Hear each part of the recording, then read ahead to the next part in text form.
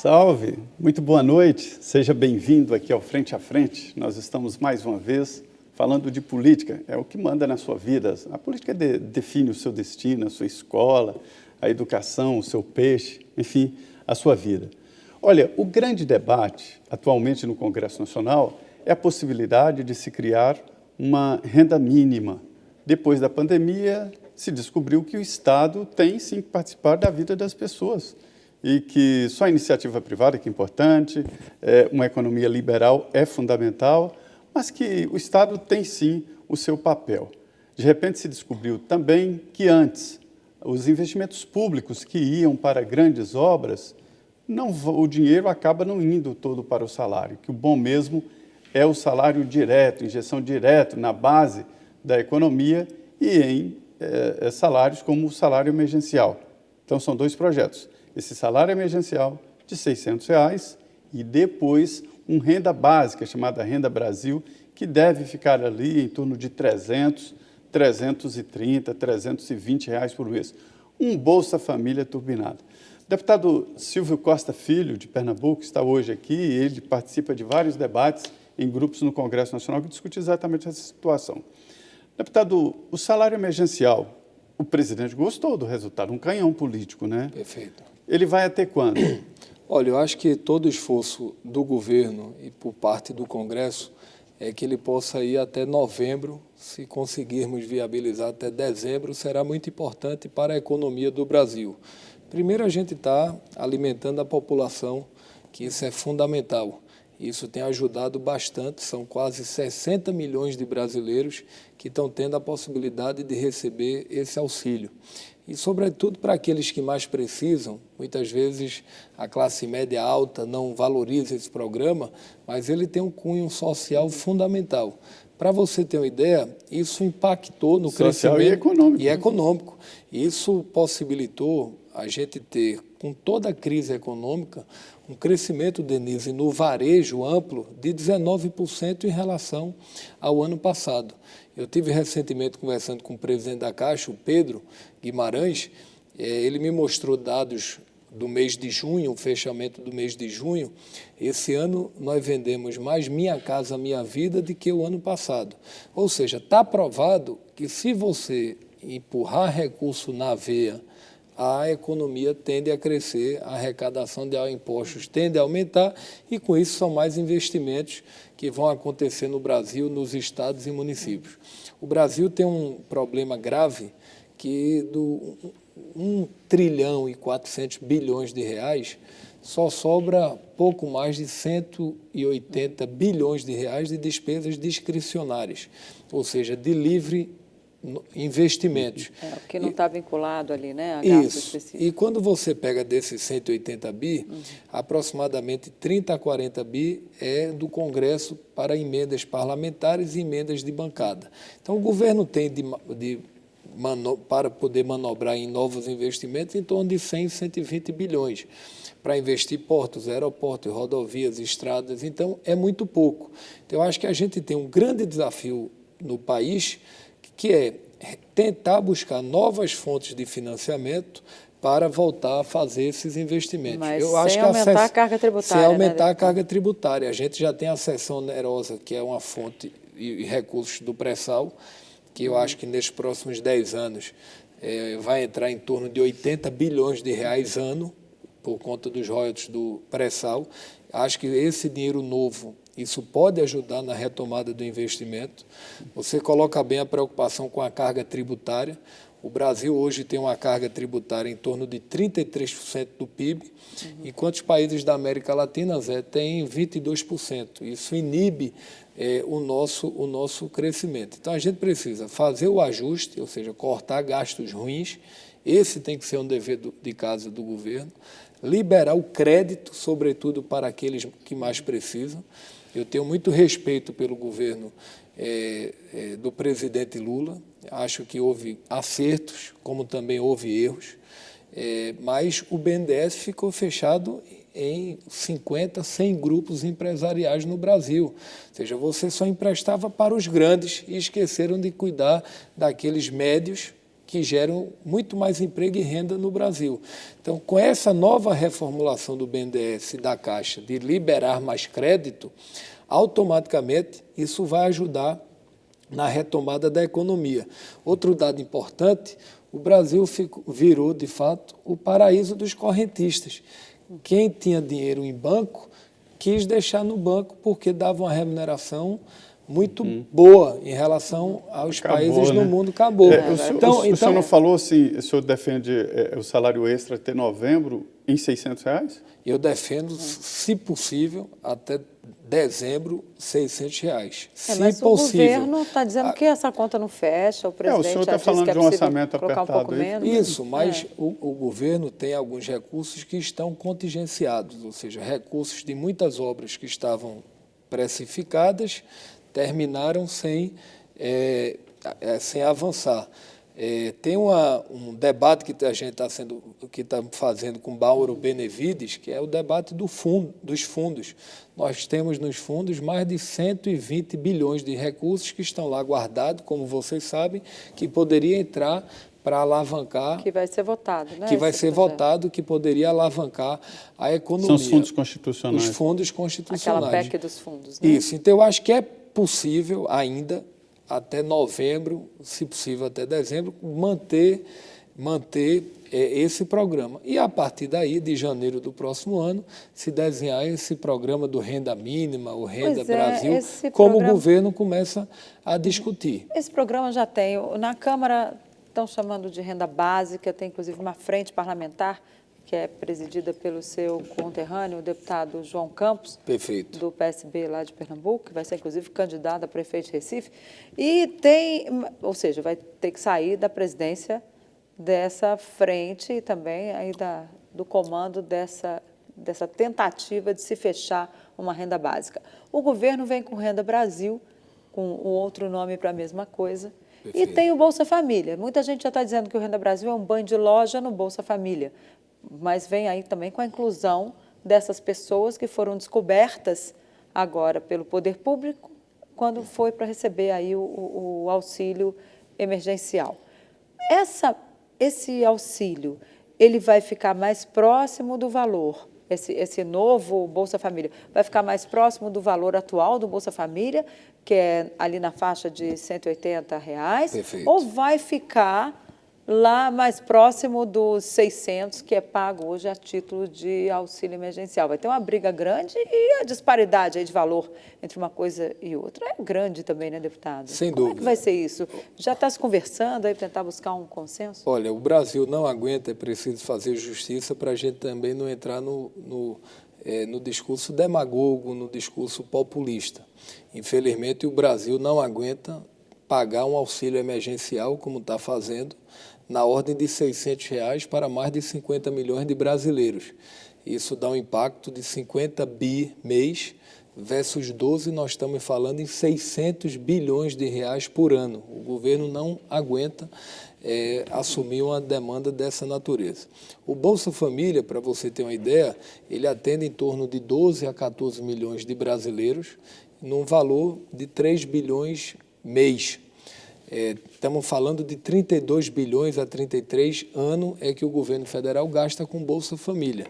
Então, o que está se discutindo, pelo que eu observo da equipe econômica, é dobrar o número de pessoas nesse programa, saindo de 13 para 25, 26 milhões de brasileiros, no valor em torno de R$300. Então, se isso vier a acontecer, isso terá um impacto no PIB do crescimento econômico do Brasil de mais de 1,5%, ou seja, é crescer pelo consumo. Agora, o governo precisa, para 21, identificar como pagaria esse programa. Vai pagar através dos royalties do pré-sal? Vai cortar despesas na área da defesa e em outras áreas do governo? Até agora o governo não apresentou ao parlamento como seria, mas eu não tenho dúvida que renda básica, renda mínima, será criado sim um programa social que vai além do Bolsa Família. Agora, não adianta só dar o recurso. Eu acho que a gente tem que fazer desse novo programa um instrumento de portas de saída, ou seja, estimular a ampliação de qualificação, de capacitação profissional, você poder fazer um monitoramento se de fato as mães, as famílias estão cuidando das suas crianças na escola. Eu acho que esse debate que a gente tem que fazer. Tem que pagar, né? Deputado, eu disse aqui no início do bloco de que a política comanda tudo, né? A sua casa, mas comanda também a sua casa, que é a Câmara dos Deputados. O PTB foi ao Supremo Tribunal Federal contra a possibilidade de reeleição dos presidentes da Câmara, deputado Rodrigo Maia, e do Senado, senador Davi Alcolumbre.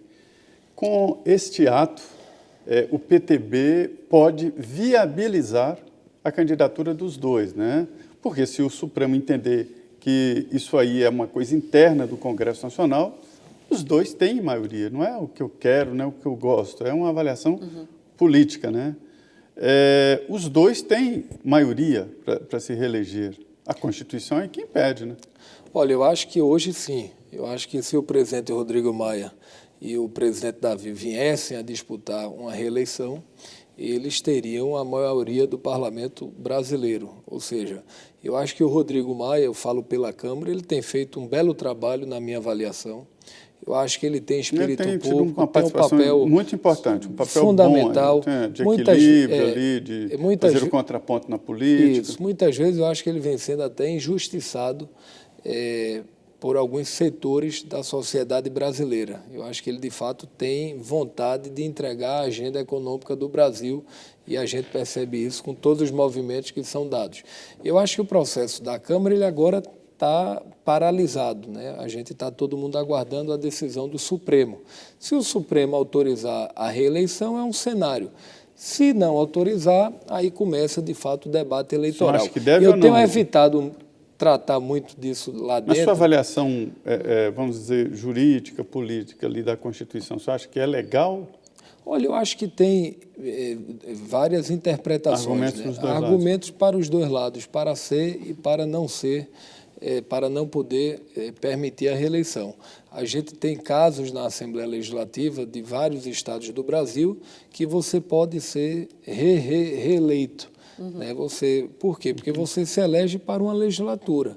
Não quer dizer que você chegue, termine a legislatura, se elege, e você não poder mais disputar um cargo dentro daquela nova legislatura, é um questionamento que tem que ser feito. Mas eu acho... Na verdade, a Constituição proíbe qualquer tipo de reeleição. Arranjaram esse jeitinho. Não, lá. Você tem a reeleição para presidente do Brasil, né? Você tem reeleição hoje para... Mas houve uma emenda à Constituição para garantir essa reeleição. Isso no lá caso da Câmara foi interpretação. interpretação. Agora, temos que aguardar o Supremo. Eu tenho evitado tratar desse tema, até para não atrofiar o mandato de Rodrigo Maia. Mas os seus companheiros lá de parlamento, não, né? A gente vê que Arthur Lira já está em campanha, do PP de Alagoas. Marcos Pereira, do seu partido, do Republicanos de São Paulo, que é vice-presidente da Câmara dos Deputados, também já está ali colocando seu nome, né, na praça. Tem Baleia Rossi, que é líder do MDB e também presidente do partido, também já é citado. E a gente sabe que está nos bastidores ali só conversando com um daqui, conversando com o de lá, pegando um voto aqui, outro lá. Como é que vai ficar isso? Porque já existe, inclusive, essa saída do Democratas e do MDB do Centrão, foi uma reação a essa campanha de Rodrigo Maia, de Arthur Lira. Como é que fica isso agora? Vai ter uma reação aí grande. Eu acho que a gente tem nomes, sem dúvida alguma, que tem condições de tocar o parlamento. Nós temos o nome de Elmar, de Marcos Pereira, de Aguinaldo Ribeiro, de Arthur, de Baleia, de Marcelo Ramos, que está se movimentando, da própria Soraya. Naturalmente, todos sonham em um dia poder presidir a Câmara dos Deputados.